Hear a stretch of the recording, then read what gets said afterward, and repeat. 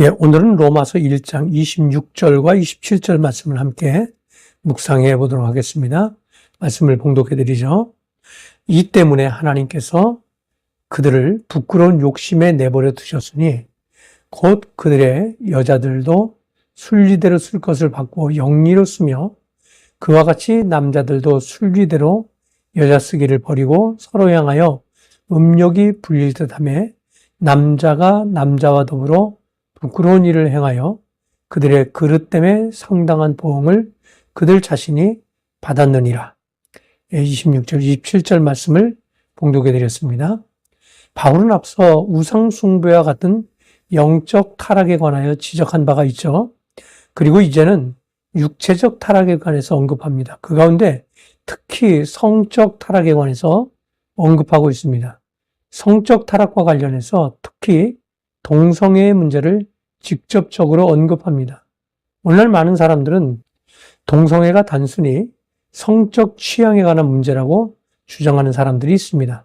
그러나 성경은 분명하게 그것이 성적 타락으로 인해서 오는 결과라고 말하고 있습니다. 성적 본능은 결코 그 자체가 죄라고 할 수는 없습니다. 바울은 이 성적 본능에 대해서 인정하면서 결혼을 권하고 있습니다. 결혼은 둘이 합하여 하나가 되는 신비한 의식이라고도 할 수 있는 것이죠. 그런데 어떤 이들은 이것을 본래의 목적과는 다르게 음욕을 만족시키는데 사용하기 시작했습니다. 다시 말하면 동성애는 단순히 성적 취향의 문제가 아니라 음행으로 인한 결과물이라는 것입니다. 그것은 하나님의 창조 질서를 거스리고 또한 사람이 이 땅에서 주어진 목적을 역행하는 행위라고 할 수 있습니다. 그것은 곧 하나님을 대적하는 행위라고 할 수 있다는 것이죠. 우리는 이미 성경 안에서 동성애의 문제가 얼마나 심각한 문제이며 그로 인해서 하나님의 분노가 그들에게 임했는지를 엿볼 수 있습니다. 소돔에서 천사들이 롯의 집을 방문했을 때 사람들은 천사들과 성적 관계를 맺겠다고 그의 집을 방문합니다. 롯은 그의 딸을 보내겠다고 말하지만 그들은 거절하고 천사들을 내놓을 것을 요구합니다. 그들은 이성 간의 관계보다는 동성 간의 관계를 요구하고 있는 것이죠. 결국 성적 타락으로 덮여진 소돔은 멸망을 당하게 됩니다. 하나님은 분명하게 남자와 동침하는 것이 가증한 일임을 경고하고 있습니다. 또한 그들은 결코 하나님의 나라를 유업으로 받을 수 없다고 말씀하고 있습니다.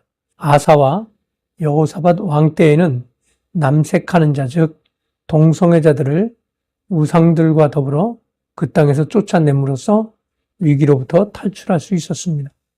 동성애는 단순한 범죄라고 할 수 있는 것이 아닙니다. 그것은 행위 자체가 하나님을 대적하는 것이라고 할 수 있죠. 하나님은 처음부터 사람을 남자와 여자로 구분해서 만드셨습니다.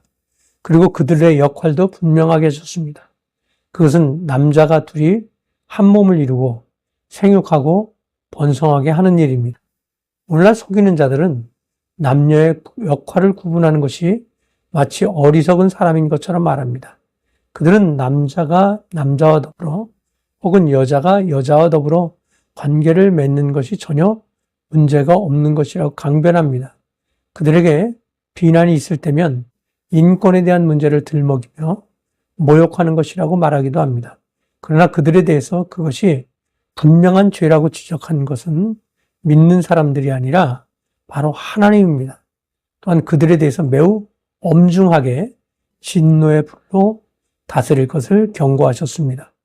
바울은 영적으로는 우상숭배, 그리고 육체적으로는 동성애의 문제를 대표적인 예를 들면서 그것이 하나님을 분노하게 하는 것이라고 지적합니다. 물론 우리는 사람에 대해서 위험을 갖는 것은 매우 위험한 생각이라고 할 수 있겠죠. 그러나 죄에 대해서는 분명하게 지적할 수 있어야 합니다. 그것이 때로는 사람들의 조롱거리가 될 수도 있습니다. 사람들은 그들의 문화적 관습에 따라서 죄의 문제를 다른 관점에서 볼 수도 있기 때문입니다. 그러나 정상적인 그리스도인은 언제나 성경을 통해서 죄의 문제를 바라볼 수 있어야 합니다. 그것은 결코 타협할 수 없는 것입니다. 우리는 그들이 하나님의 창조 질서 안으로 들어오게 하기 위해서 기도해야 되고 또한 그들이 죄 가운데 있음을 경고할 수 있어야만 합니다.